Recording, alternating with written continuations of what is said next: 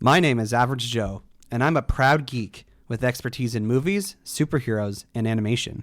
My name is Beef Pork Ribs. I'm a fine repository of esoteric knowledge, which I suppose most people would qualify as geeky. Though I dabble in many fandoms, my main areas of expertise are anime, movies, and Belgian comics, with a strong recent insurgency of D&D. Our mission is to bring nerd and geek culture to the masses by sticking it all under the microscope. Welcome to the Bat Jar Podcast. Movies, comics, graphic novels, TV, cartoons, animation, nerds or geeks, entertainment culture. Hear it on the Bat Jar, Nerdy Power. Nerds and geeks, come gather around the scene. Come and join us in the Bat Jar. Come and tune into Average Joe and his team. Lots of room here in the Bat Jar. When the newest nerdy news drops, these podcast pals put it under the scope. DC, Marvel, Disney, Star Wars, cinematic, multiverse. It's mega Christmas, strangest franchise. Hear it on the Bat Jar, Nerdy Power. Hello there, and welcome to the Bat Jar Podcast, where we put nerd and geek culture under the microscope. I don't remember what Mark's voice sounds like, so I can't really... I see what you're going for, but sometimes there's other things. No, see, the thing is, I have so very much associated the voice screaming your head with Venom that I actually am starting to assume that the voice of Conchu sounds like Venom in the Venom movies. Have you considered the fact that you may have been bonded to an alien symbiote without your knowledge, and now you actually are dual personality? That's entirely possible, but it beats being possessed by an Egyptian god. Although, I guess the dual personality did predate that, so... I don't quite know what you're referring to. My name is Joby1. I'm taking over this show. I'm a new host. I always show up at the very beginning to say hello there, and then I disappear. But I've decided, starting this week, I'm taking over the show, and hopefully, Beeper, you're all right with that. I'm fine with that. I am eternally amused. I mean, entertained. I mean, I love it when you do accents. It has nothing to do with the fact that the Obi-Wan Kenobi show just started on Disney Plus, I swear. Oh, yeah, that's also a thing. I forgot. We need to watch that, but Mjolnir aptly pointed out that we should probably rewatch the prequel trilogy before watching that show. So we're going to luckily, when you start the first episode, there's about a 6-minute recap that kind of beautifully shows you all the best parts of the prequels and ignores all the bad parts. So it's quite handy. Oh, so there's no CGI. I mean, you're such a clever chap. Oh, where am I? Wait. Beef Pork Ribs, are we recording a show right now? We sure are. I don't remember. What? How did I get here? I'm not sure, but you sounded a lot more proficient a second ago. That's so weird. Last time... I was almost expecting you to start speaking Spanish. Wait, it's May 29th? What happened? I thought we were going to record this episode 2 weeks ago. Yeah, we were, and then life happened. All right, is that bit good enough for everybody at home? Yeah, I think it's good enough. Actually, I'm almost surprised that you were able to record this week, because I think some people in your area are still without internet or power. Yeah, so it's a funny world we live in. So 2 weeks ago, we were supposed to record our episode on Moon Knight, and then my internet modem just stopped working on the Sunday morning of the day we were supposed to record. So I was without internet when we were supposed to record, and so therefore we missed our episode. And then we were planning on taking a week off because of the long weekend in Canada. So it's actually been 2 weeks since we last put out an episode, and people might be wondering what happened to us. That's basically what happened. There was a week where I couldn't record because of internet outage, and then we had a planned week off. And even if we hadn't planned to take last week off, we probably would have been able to, because there was this massive storm. It's like being called a derecho or something that basically like took out electricity all across lots of Ontario. And And so Quebec. even if we had wanted to record last week at our normal time, I would have been without power. And yeah, it's been a week now. I only lost power for like, I think under 48 hours. I was away for the weekend, so I didn't even like You by would the have time I been came back, my home had electricity powerless to again. stop me from doing the episode alone. Yes, like yes. But yeah, talking to people at my church this morning, there's still people here who don't have electricity yet. Most of the people I know here in Ottawa have electricity again, but there's still, I think, about 13,000 customers in Ottawa who are without electricity, and I believe there's still other parts of the province without power. So, yeah, wild times. I don't know. You're living out west? Did you hear about this storm at all?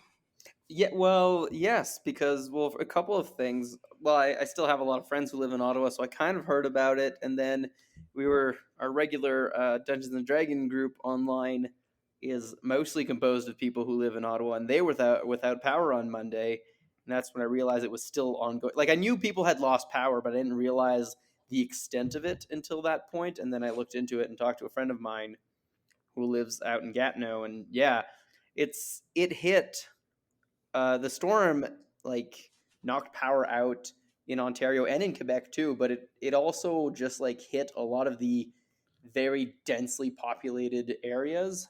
So a lot of the major grids went down, which is why so many people without power and why it's been taking so long to kind of restore it. So, to anyone who's wondering, we're doing okay. We just happened to have a 2 week break that was unannounced, unscheduled, but we're back and recording now. We're talking all about Moon Knight today, the first Disney Plus Marvel Cinematic Universe show to be released in 2022. Oh, that's true. It's the And it's also the bestest one this year. yeah, and it's the first one to be totally based on a new idea, not carrying over characters who had been previously introduced in the movies. So there's lots to talk about. Let's start with our secret origin segments. Beeper, how were you introduced to the Moon Knight character?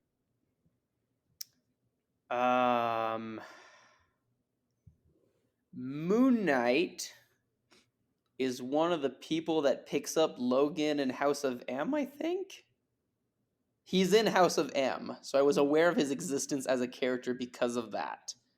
And that is about the extent of what I knew about Moon Knight. I didn't know anything about it. Like, he shows up for, yeah, I think, like, a few pages. I think it's in House of M. I'm pretty sure. And he's just, like, talking to people. And I knew that at some point, he and Punisher had some beef. And that's what I knew about the character when they mentioned the show. And then I discovered he had to do with Egyptian god cards. I mean, with an Egyptian god avatar. So I thought you for sure you were going to say you knew Moon Knight from the meme involving Dracula. No, I have no idea what that meme is. Okay, well, Mjolnir can explain that to you later. Moon Knight is a character who has a very distinct look. Like his costume is all white and silver, and he's got a big cape and a hood. Some people compare him to like Marvel's version of Batman because he kind of looks like what Batman would look like if he dressed in all white and had a hood. And apparently has like a more like kind of a dip in the aristocratic thing and in other parts. Yeah, so I think just because of how striking his costume is, I was aware that Moon Knight existed. I can't remember where I would have first seen him. Could have been 10 years ago, for all I know.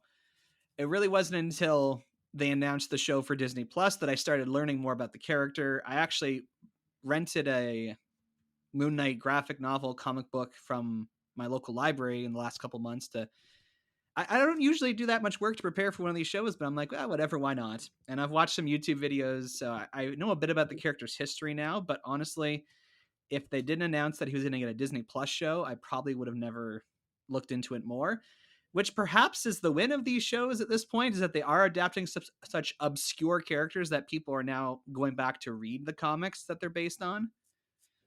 I had not thought of that. Although I feel like it does have a little bit of that, but I feel like also the thing with Moon Knight is that the MCU is starting to shift more towards magic.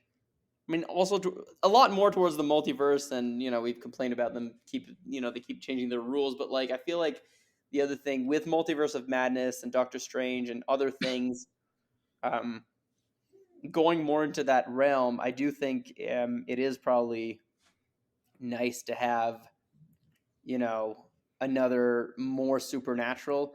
I would mention Morbius, but that's not the MCU, and maybe we shouldn't mention it. I mean, unfortunately, it kind of is, but that's besides the point. Now, Beeper, did you know that Moon Knight first appeared in an issue of the series Werewolf by Night?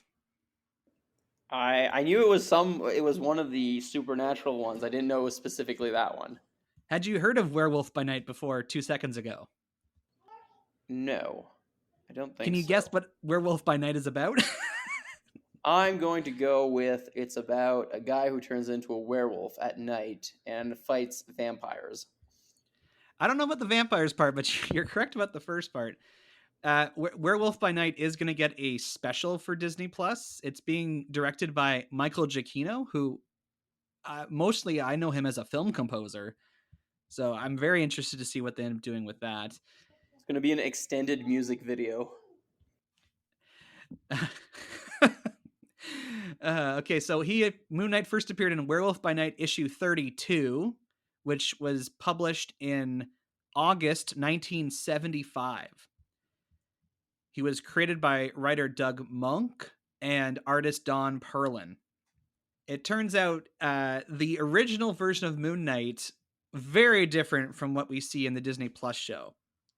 Basically, here's how it works, Beeper. In the original story, Moon Knight, he's not named as anyone. He's kind of shown off. He's shown in the shadows. So you can't see him without with his face. He's hired by this like secret organization to kill the werewolf by night, and they tell him, wear this costume when you fight him because it's got silver on it, which will injure him, and it has like the moon on it, and that will affect him as well. Oh yeah, that makes sense. So he's an Well, think unnamed. about it. All we know about him initially is that he's an unnamed mercenary, and I he's. mean, Blade had those moon chakrams, right? I don't know. Didn't Anyway, she? the point is, like in the original appearance, like even the costume's not even his idea. He just wears it because his employers tell him to wear it to fight a werewolf. It's like the opposite of Under the Red Hood. Like is it Under the Red Hood? No, the origin and the Killing Joke, which came a lot later, where the Joker has this like kind of weird, benign backstory. Except Moon Knight started there instead of building up a mystery first and then getting it. Yeah.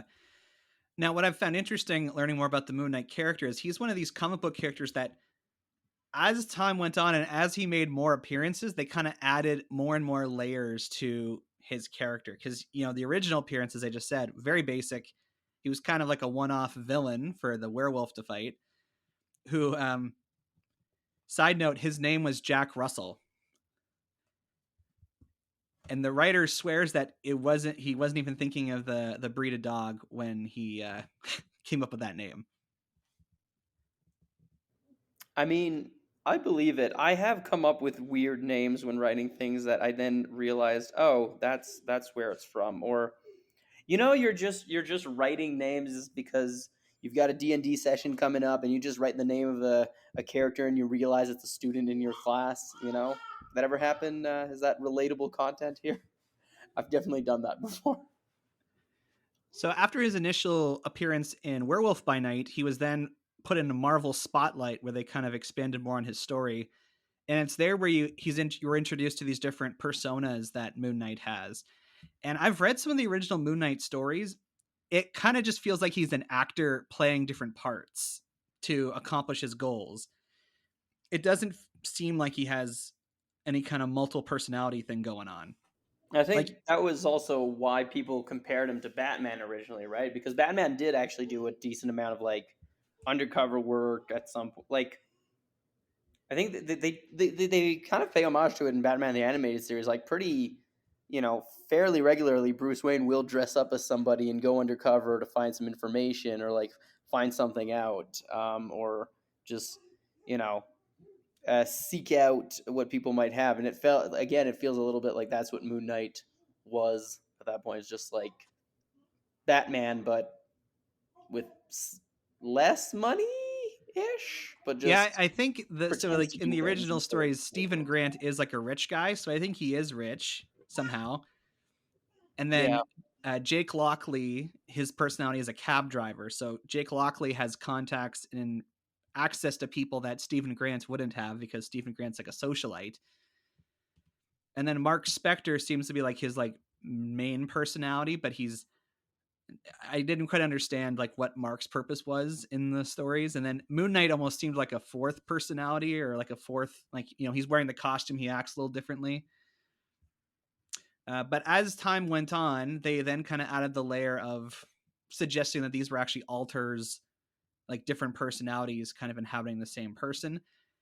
And then the whole layer of the Egyptian mythology was kind of added on top of that after the fact. So the modern Moon Knight, who is represented in the show, has kind of gone through these evolutions over the years where the lore around his character has kind of evolved.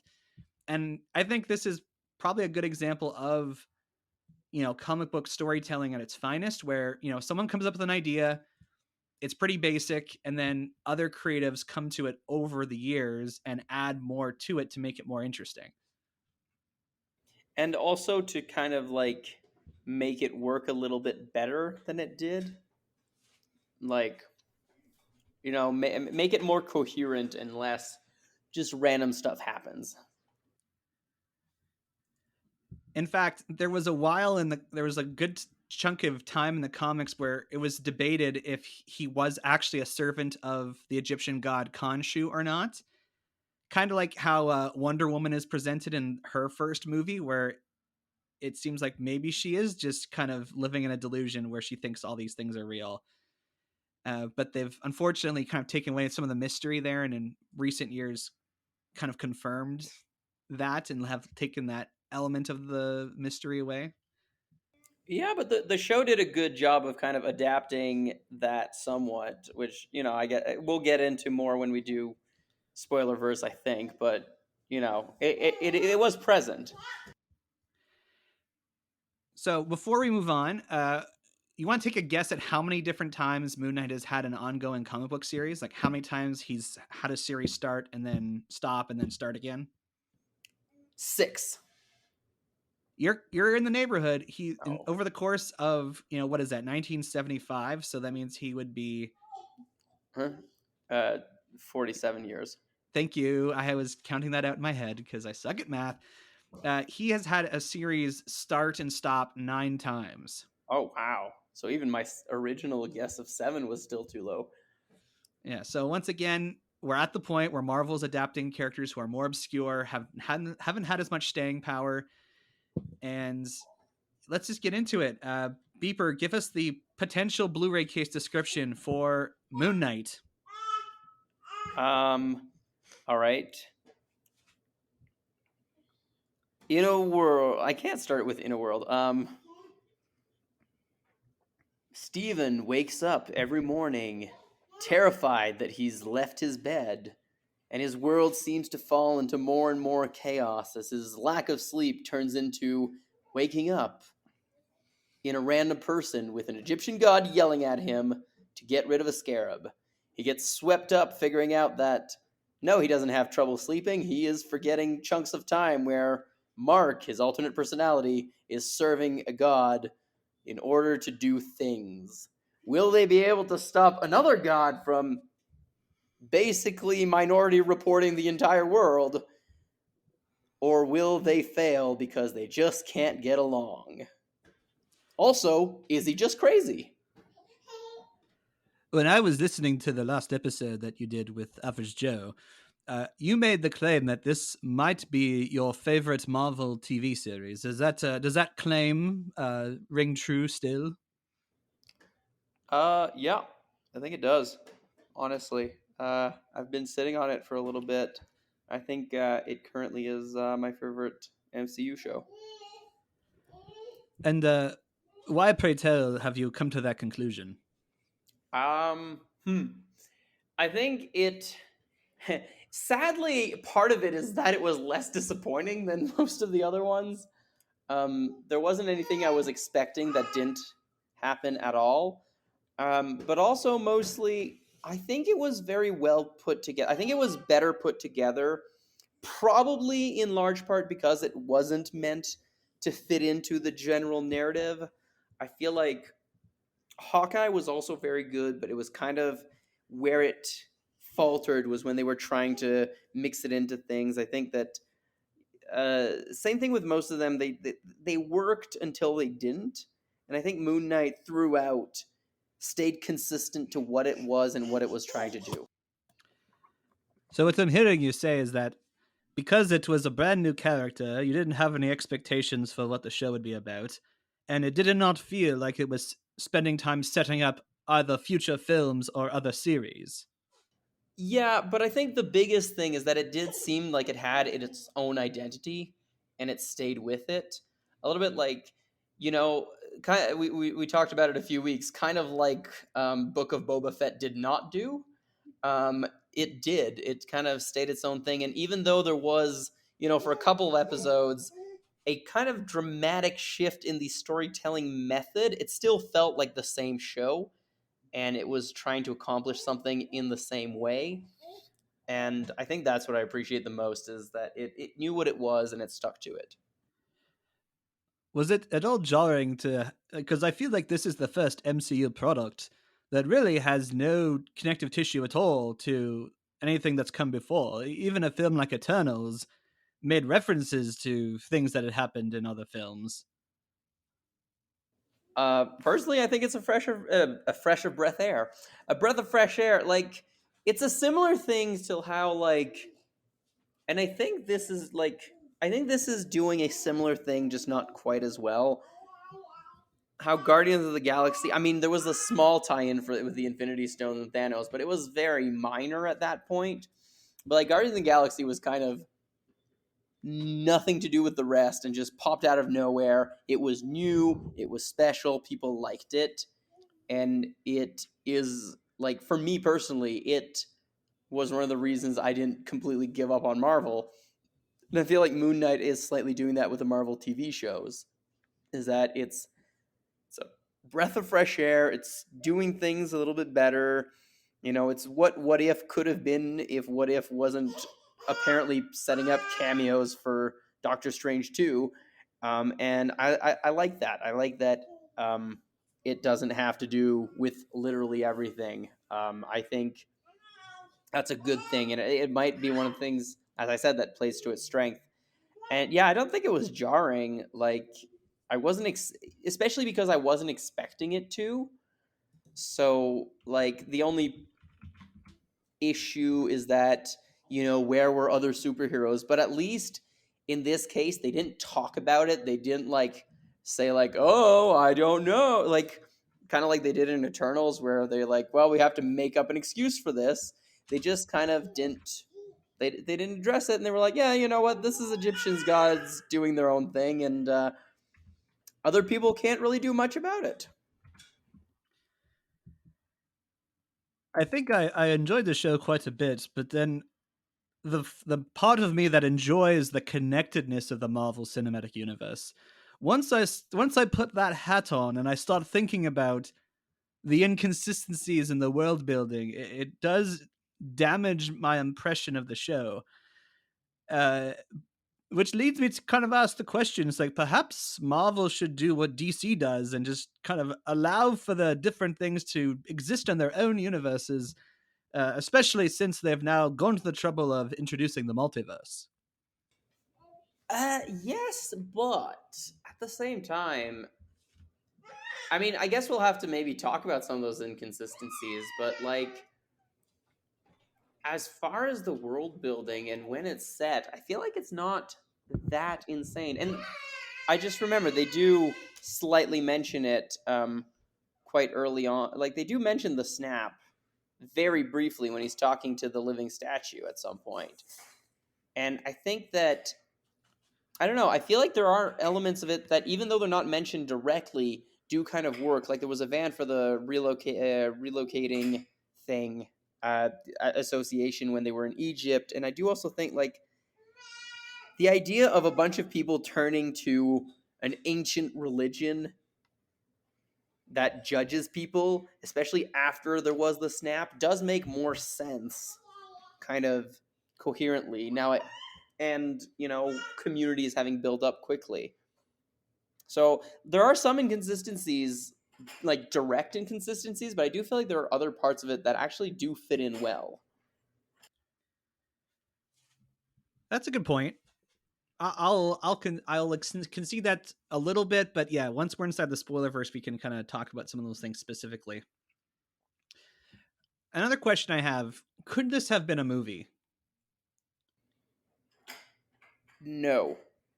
And just because the entire show hinged on getting invested in the different alters, which I don't think a movie would have had enough time to do. That's like, I think, yes, the basic story of what happens in the show might have been put into a movie, but I don't think it would have been a good movie and a good way to approach the story it was trying to tell.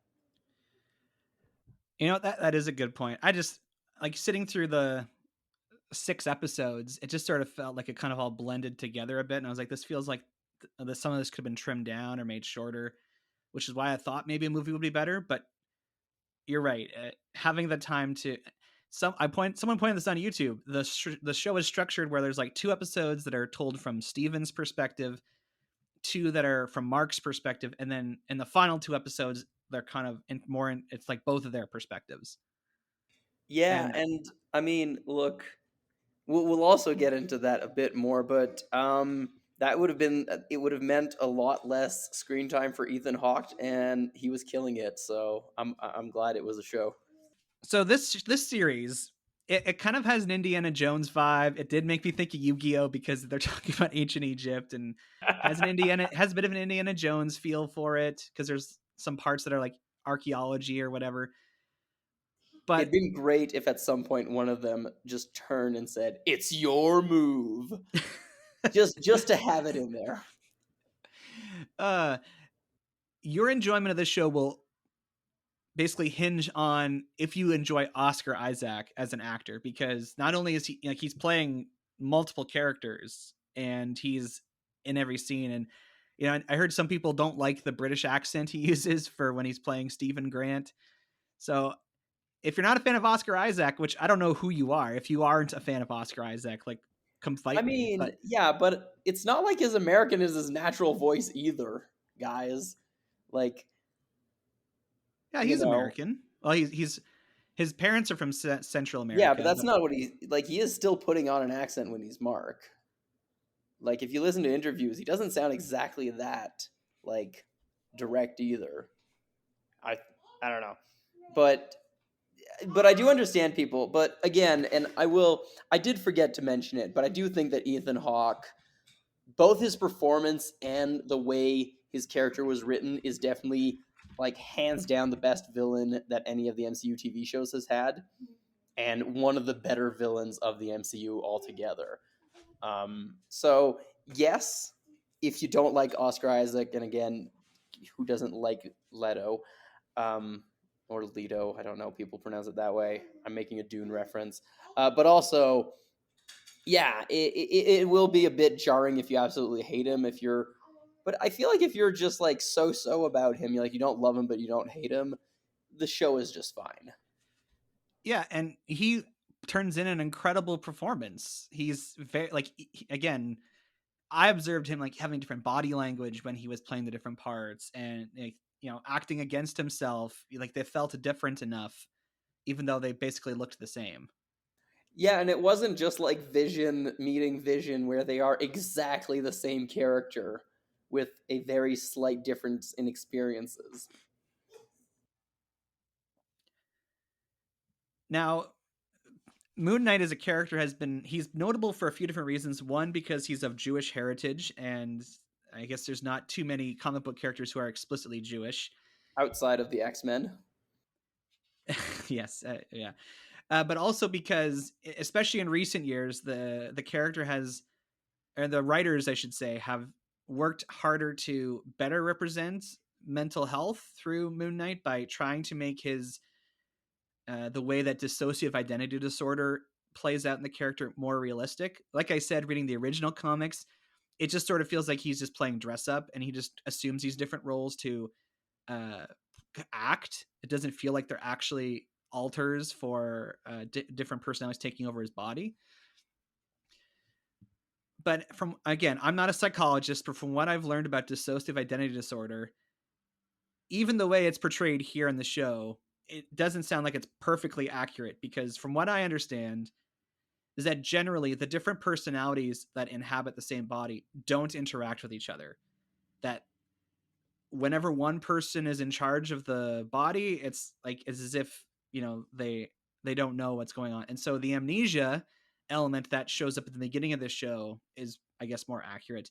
But when, there's a lot of scenes in the show where Oscar Isaac is basically talking to himself, and apparently there's only like one specific kind of DID where the alters, as they're referred to, are aware of each other and might communicate with each other, which I know is like in movies, that's kind of like the stereotypical way of showing that someone's crazy, is that they're like talking to themselves, or that these different personalities are But engaging with that's each usually other. schizophrenia, not DID. Right. But yeah, but at the same time, I think that it did work to show that it was like the first, like you said, the first episode does portray it very well. And I don't know, because yes, it's a lot easier to write and to be able to do things in that way, where they talk to each other. But a couple of things. First off, Mjolnir has a friend who does have alters that can talk to each other. So it's, I guess I was less weirded out by it because I know somebody who kind of has to deal with that. But the other thing I think is that, and I don't know if the show is explicit about it, but I do feel like they do kind of mention a few times, is that Khonshu does slightly interfere with the mental health issues. They talk about, did you break him or did you choose him because he was already broken? And it's like, I probably chose him because he was already broken. Like, I don't think that's a big spoiler. Like, the DID predates the deal with Khonshu. Becoming Moon Knight, basically. Exactly, with becoming Moon Knight, and and I think that was also kind of played that way because they only start communicating with each other when Khonshu starts interfering with their lives more directly, right? Like, Mark and Steven would have never actually directly had to confront each other if Mark wasn't directly doing with what Khonshu was forcing him to do. Yes. And last thing, it definitely is a lot better representation than it used to be.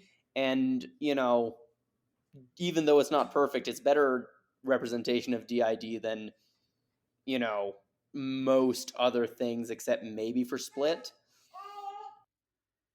Yeah, I mean, Split's that's a pretty extreme version of. Yeah, Split has different types of problems with the representation. So yeah. But yeah, it's kind of funny in a manner of speaking, because it's like superheroes. You always talk about them having an alter ego, and you talk about them being like, oh, it's like I'm Batman and I'm Bruce Wayne, but really it's like, no, Batman is not an entirely separate personality. I mean, some people read into it that way, but generally speaking, Batman is a bit of an exception because he is Batman and Bruce Wayne, Anyway.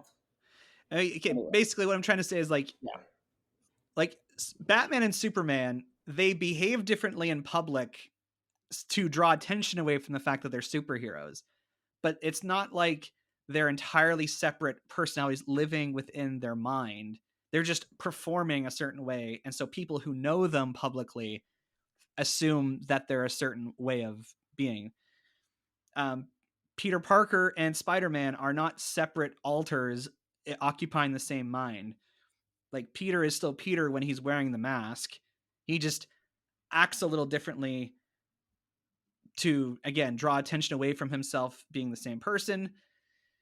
And so it's interesting to have a superhero where he literally has alternate personalities living within him, and like putting on the costume, it literally is becoming a different person. The Hulk is kind of that in some versions, but that becomes more like a Jekyll and Hyde type of thing, which I don't know how we want to approach that certainly. But I think also it was nice that from the beginning they also gave Mark and Steven a different suit for Moon Knight to kind of make that difference. yeah, so you kind of knew Like it who is was in control. exactly, and yeah, it's a good visual way of seeing it, but also I think it worked really well. You mentioned Ethan Hawke as a villain. There's part of the show where he is dressed as a doctor, as a psychiatrist. And all I could think of was like, man, when they make a movie about Stan Lee's life, they got to have this guy play him, because just the way he had his hair and the mustache and the glasses, even what he was wearing, I'm like, this dude looks like Stan Lee.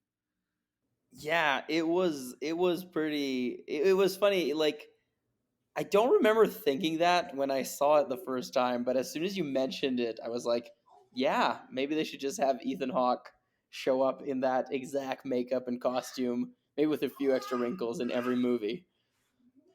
Well, and a sidebar, but Marvel just signed a deal with the people who own Stan Lee's likeness, so they're going to be able to use him, like his image and archival footage, and sounds like they might do some digital recreations of him. So we'll be seeing more of Stan Lee and stuff. What? It's I gonna don't know. be, oh man, I don't know. I feel like it's just gonna be the like post credit scene of Big Hero 6 everywhere. So you said you think he's the best villain that the MCU shows have had. I'm trying to Yeah, think of them all. definitely. That's like Kingpin's included in that list. Is that an MCU? Okay, I think he was better than King, Kingpin was in Hawkeye, but You maybe realize this not this than he technically is. includes like the Ultron with the Infinity Gauntlet. Are you saying that this is a better villain than he was? Yes, absolutely. What? I think he was. Because they still killed him off in one episode or locked him up in one episode. Whereas he stayed, you got to know him. He did like I liked the Ultron with the Infinity Gauntlet, and I think it was a good way to actually do Ultron kind of properly, but it wasn't like it did also kind of feel like they were making up for lost time, whereas this was just a good performance, a good villain. And yes, I do, like I said, I do think overall Kingpin, if you also include his appearance in Daredevil, then maybe not. But straight up, just what he was in Hawkeye, I don't think was as extraordinary. Which, to be fair, It, he wasn't in it much, so right. it's not a big If you thing. think of Wanda as the villain of WandaVision, would you say she's a better villain than uh Harrow? I mean, first off, grief is the villain in Wanda, but and I think that he is better than both Wanda's mental health problems in WandaVision and definitely better than Agatha. Okay. Well, let's And dive. Mephisto, who may or may not be there. And like, yeah, I don't know. Kang may eventually become a better villain depending what they do with him, but his appearance in Loki left a lot to be desired. All right, so let's go inside the spoiler verse. Hopefully, our spoiler-free discussion has either incentivized you or scared you away from Moon Knight. So we're gonna go inside the spoiler verse. Oh, my poor head. I'm gonna need an aspirin after this. All right, so let's discuss the inconsistencies that I've observed, mostly uh, related to the cosmology of the MCU. It's starting to feel like the actual comic books, where basically everything exists, and I suppose if you're fine with that, then it's fine. But if this is trying to make sense to say, oh, like Norse mythology is real, and you have the Eternals who say, oh, we invented a lot of the stories ourselves because we were here when humans were developing. And now you have this that says basically, yes, everything about the Egyptian gods is actually real as well. Does that not kind of bother you at all? Uh, Eternals more so than Thor, because when they in Thor, they still talk about Valhalla. They still have Odin go to a different afterlife than people normally would. So the difference in afterlife, which is shown here, I think is consistent with the MCU as a whole, which is also, the whole like, yeah, depending on who you worshipped when you were alive, that's the different afterlife you go to, which, is a very common trope. As far as immortals, none of them claim to have invented Egyptian mythology in the movie. In fact, they never go to Egypt. They just, invent Mesopotamian mythology, which very heavily influenced Egyptian mythology in the real world. But that doesn't mean they couldn't have existed. Um, so I don't know. It would seem strange that the immortals didn't talk about talking to literal gods, but it also isn't, you know, necessarily inherently completely different. And the fact that, again, the fact that Norse mythology is real, but they're aliens, does still make sense with the cosmology presented in Norse mythology, whereas the Egyptian mythos doesn't have that separation of realms, right? Other than the realm of the dead. Um, so I don't know. I don't think it's like, I do understand what you mean, and it is a little weird, and they do seem to be going towards this everything exists, and it might have been a better idea to put it in an alternate universe where you have more of the crazy supernatural things. But they've been doing the crazy supernatural thing, and look, I know it's a meme at this point that like Mephisto is the real villain behind things, but if you make him show up, then hell is a completely different thing. And then you know if you ever want to get Ghost Rider to come into the actual MCU, you're going to have to add random things with the afterlife and hell and heaven and angels and demons and stuff like that. So I don't know. I think because of what they're tackling, they needed to do this at some point.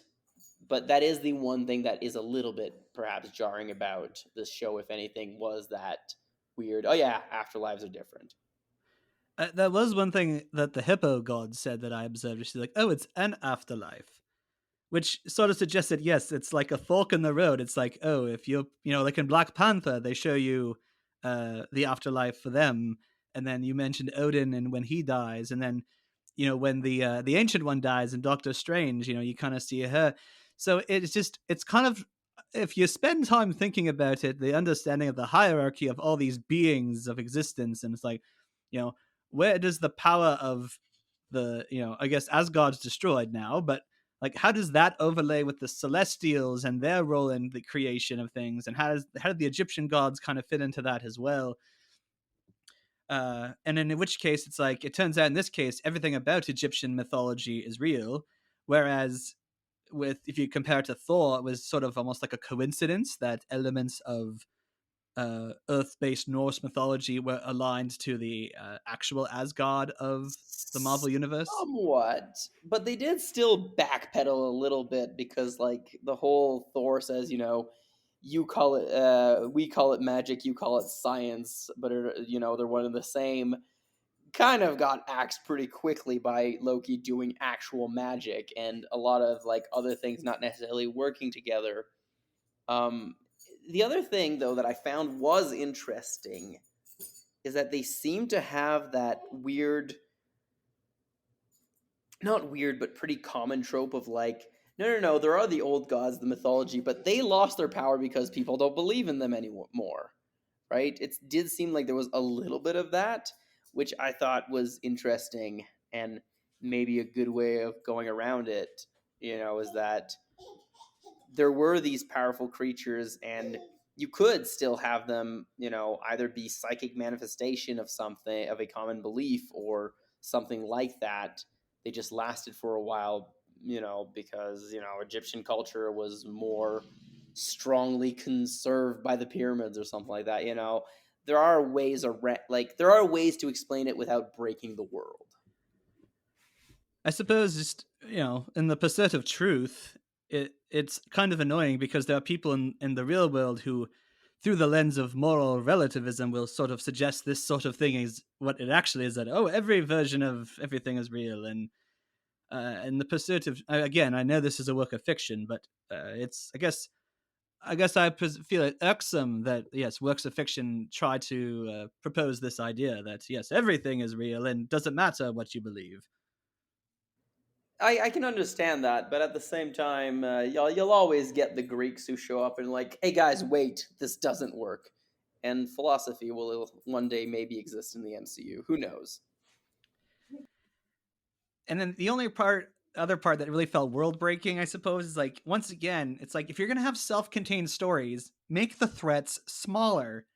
Like, don't make it this global thing that's affecting the whole world at once, because then it really asks the question of what the heck is any other superhero doing right now, and why aren't they responding to this in any way? Like, Yes. if this was set during the blip, then it would be more excusable.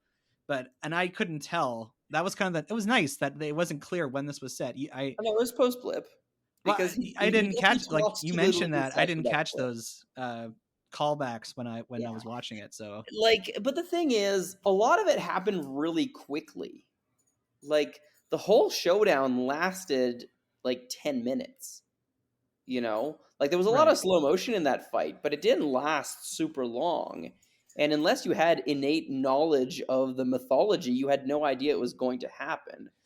Like there's only two things that would have attracted the attention. One was the weird stuff happening in the sky, and yeah, that was a while. And the second one was souls coming out of the Giza pyramid, but like those are, as I recall, they both happen on the same night, right? So like, and they didn't last that long. So I don't think it was that crazy. No, they happened on different nights, didn't they? I'm just saying, Doctor Strange was aware of Loki's presence and did something about it, and yet all these things happen with like these gods being sealed or unleashed, and he never does anything about it. It's Yeah. So that's the thing. Doctor Strange not showing up at any point was weird, but all the rest, I think, just wouldn't have had time to react at that point, right? yeah, Because it all and happened really quickly, and most of it was centralized in Egypt. And of course, Egypt is not a place where a lot of superheroes would tend to be or hang around. So, like, and given the last Doctor Strange movie, maybe he had something else to deal with. yeah. Um, okay, so in the latter part of the show, they kind of give us the origin of how Steven emerged as an alter for Mark Spector. And while I thought it was a captivating story, I'm like, I kind of almost wish they'd kept it a mystery. I don't think I necessarily needed to know everything about how Steven came into existence to appreciate their characters. I think, like, when they were hinting about it, like when Mark is in the mental institute mind palace place the first time and they have the movie and you're like, oh, this is probably a real movie and that's probably where it comes from. I think that was okay. It becoming explicit, yeah, you're right. I don't think it was necessary. It was also not the greatest to see the depiction of his mom blaming him for his brother's death. Like, you're right. I think a lot of it didn't have to be explicitly shown, but I also don't think it takes away from the mystery per se as much either.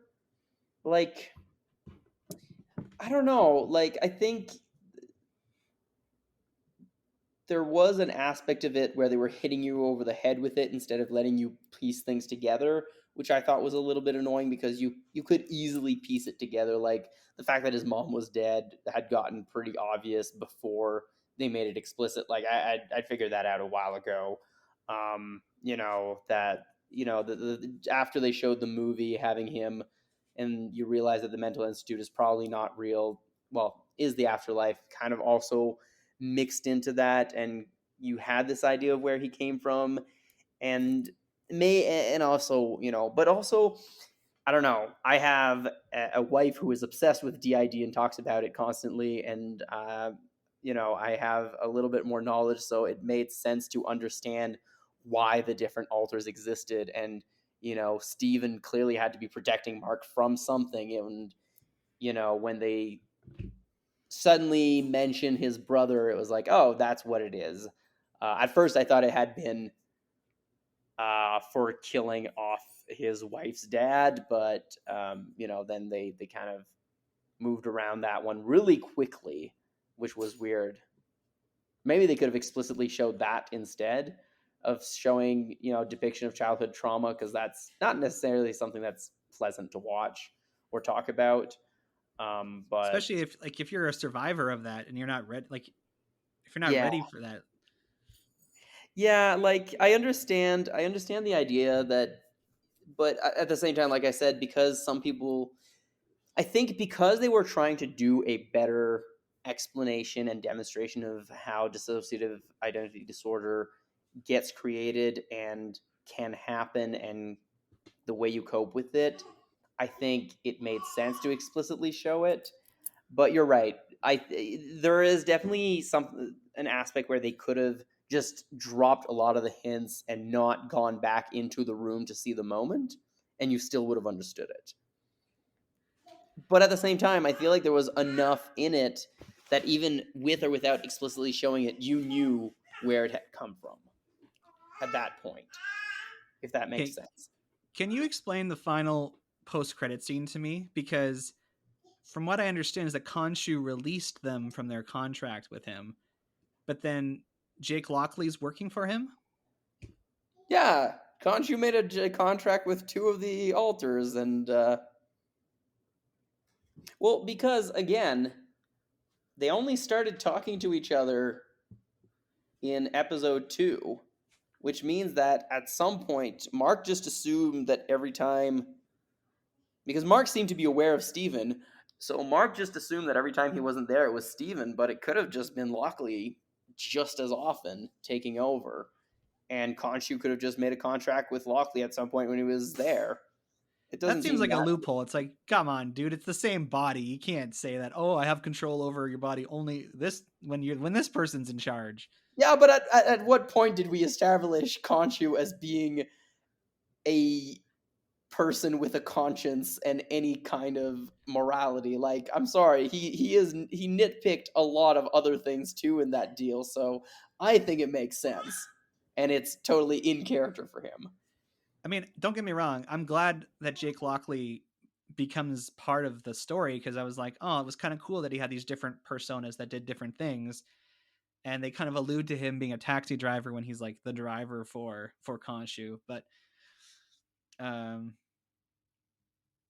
yeah, but then it's like also it's like they went to so much trouble explaining how Steven emerged as an alter, and now there's this big question of like when did Jake emerge as an alter? I think Jake emerged as an alter while Mark was doing things for Khonshu, that because they do talk about him like killing people and feeling bad about it, and like when he was in the room with all the people he killed, he very suddenly felt really bad, and I feel like Jake might have been an alter that is able to disassociate himself from violence in order to help Mark get over the murderous things he's done.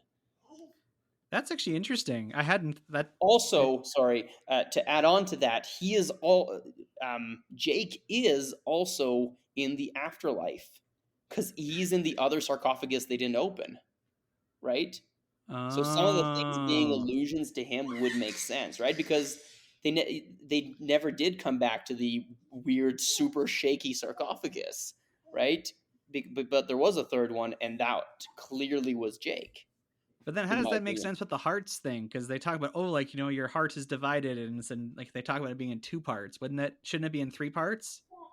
Well, if one of them doesn't know about the rest, then they're balanced, right? They were only I guess. unbalanced because the two of them were in conflict. Yeah, okay, that makes sense.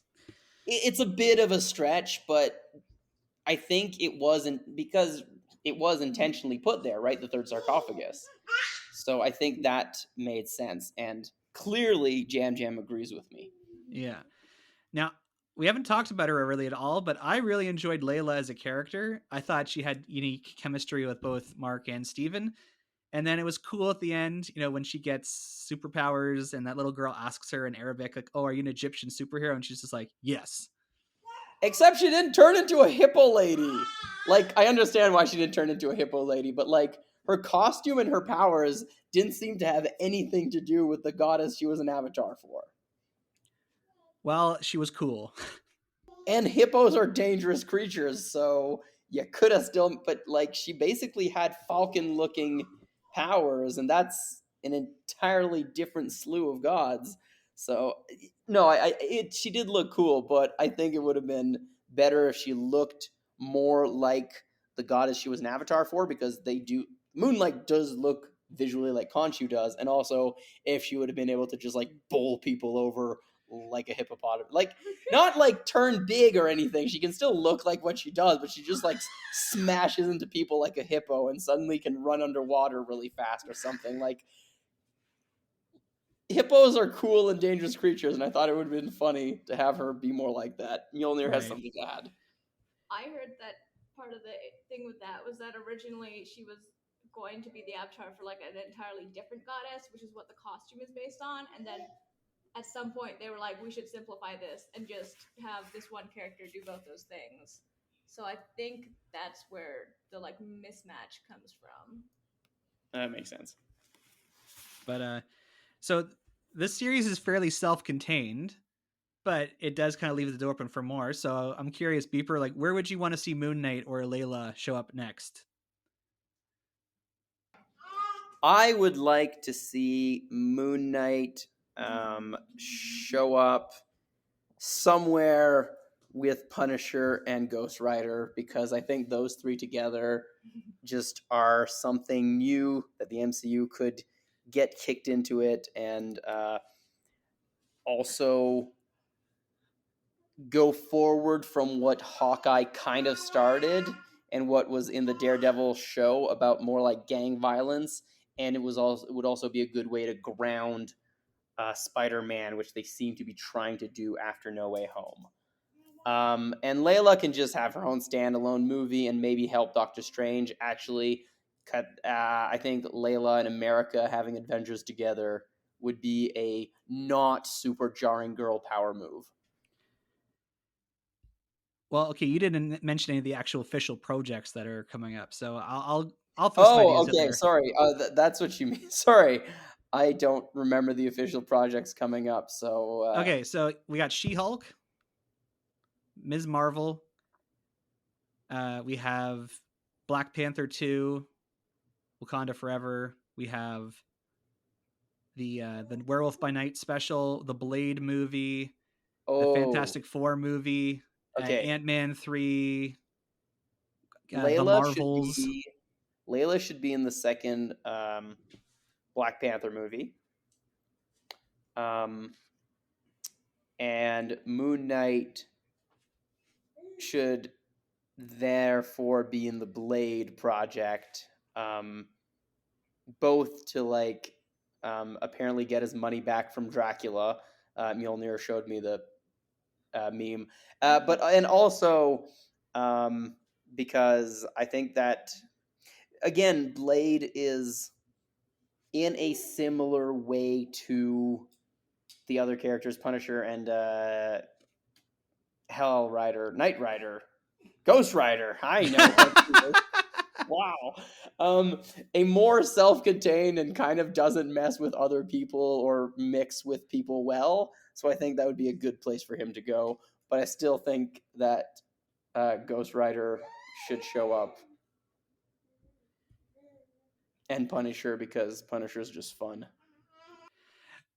I think it might also be fun to somehow like I know like Elaine from Seinfeld is building her like Thunderbolts team. It might be fun to have Moon Knight be a part of that with like US Agent or Yelena or But whoever. specifically just Jake and Khonshu, and the other guys have no idea. Yeah, that would be funny. Yeah, and even he might be good for a team up with Spider-Man. He might be good with Shang-Chi. Maybe I don't know. They'll find a way to incorporate like the Ten Rings kind of like imagine Moon Knight in that like Fight Club that his sister that Shang-Chi's sister runs. I can't remember her name. Yeah, the one where the guy who's going to be in the She-Hulk show just Abomination. left. Hmm? Abomination. Yeah, Abomination kind of just left? Question mark. That was a little strange. Also, I don't know. She-Hulk just seems strange in not a good way to me, but we'll see. Yeah, they've already done like a re-release of the trailer because to improve the CGI on her. Yeah, but also just like I don't know, because it maybe I'm making this up, but I thought that originally the reason why Bruce Banner let his family maybe or She-Hulk become She-Hulk was to get rid of the Hulk for him. No, she's I actually have the original She-Hulk comic book. It's only worth like $40, but in it she's in like an accident and he gives her a blood transfusion to keep her alive. But I don't think any of them would fit particularly well unless maybe Steven might cross paths with her kind of. But that also seems strange because she's based in the US and he's still based in the UK, so you know, as far as I can tell, I don't think it's going to work out. So We'll coming around to final thoughts, Joby-Wan, particularly enjoyed Moon Knight. Found it very entertaining. Gave a very different spin on the superhero series by involving alternate personalities, and it's definitely best enjoyed as a self-contained series. If you can forget the fact that it's part of the MCU, you can enjoy it more. Because admittedly, if you're like me, you might start thinking about things too much. But Oscar Isaac and Ethan Hawke, and the woman who plays Layla, they all are terrific performers, and it's an excellent series. I think I would give Moon Knight about a 3.3 out of 4 bat cookies.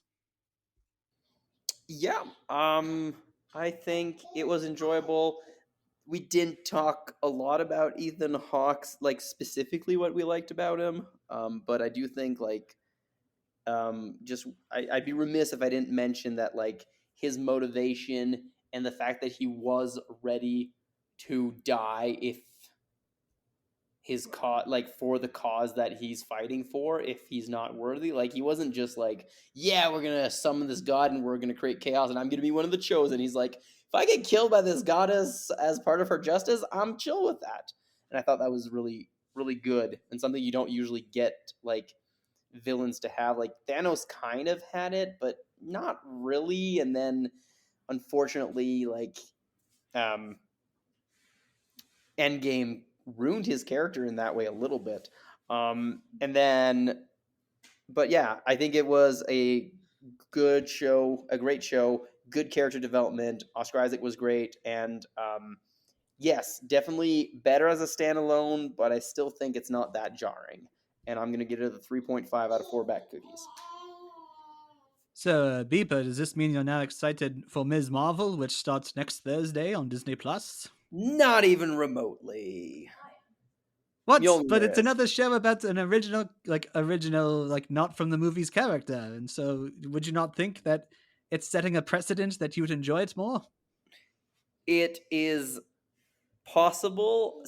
Okay, I'll put it this way: I'm less unexcited about it than I was about other projects. So I am willing to give it a chance more than I was before Moon Knight. So, Moon Knight is now streaming on Disney Plus. So, if you have access to that streaming service, you can watch it. it seems like it did decent enough during its airing. It never quite hit the top spots in the streaming charts like Loki and WandaVision did, but it was in like third or fourth place, and considering it's a new character, that's not too shabby. If you want to reach the show, you can send us an email at batjarpodcast@gmail.com. or you can tweet us at The Bat Cookie Jar. You can find the Bat Jar Podcast wherever you listen to podcasts, including YouTube, because we got a channel. Share our posts on Facebook, write reviews, give our shows a rating. This will help all people join us inside the Bat Jar, and we appreciate it dearly. Okay, so now it's time to go inside the Bat Jar and figure we're going to talk about next week.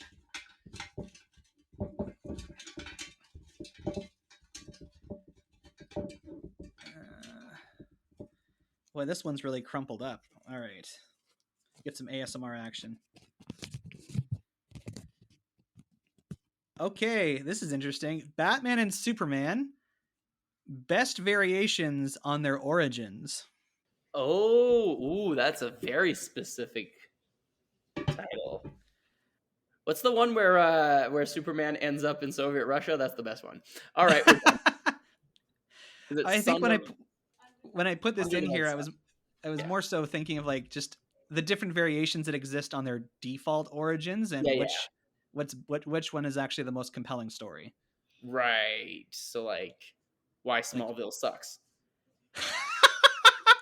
Yeah, well, that. I mean, I never like liked Smallville. Smallville, I but like that's- Smallville, but That's a personal thing. yeah, I mean, I like Smallville, but yeah, like getting into those sort of like, what does Superman's formative years look like? Yeah. And Well, again, I've watched very little of Smallville. I don't mind the show. I just always hated the concept of Smallville. We'll talk about that next week. so come back to the Batshare podcast next week when we talk about variations of Batman and Superman's origins. And until that time, I'm Average Joe. I'm Beef Pork Ribs. Catch you on the flip side. Joe, the idiot is back.